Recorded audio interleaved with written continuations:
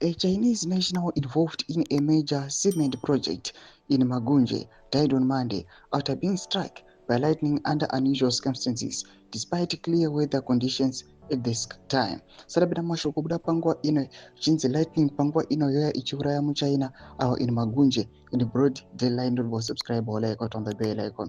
Tipina mashoko afadza veruzhinji kubuda nyika muchinzi.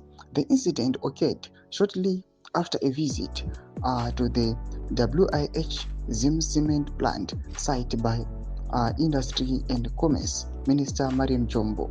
The multi-million-dollar project, estimated at $700 million, is expected to manufacture cement and clinker once completed. However, the development has been met with strong resistance from local residents who say they are being compelled to vacate ancestral land to make way for the project.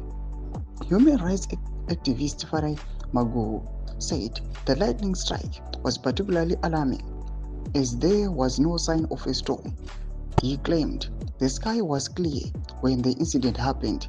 Magu took to X to describe the event, saying, "Yesterday, after Mariam Jombo's solidarity tour to the Chinese cement factory in Magunje, which is being fiercely resisted by the community, a Chinese investor was struck by lightning. The sky was blue, but after Mariam's visit, there was a small cloud covering the area, and then the lightning struck."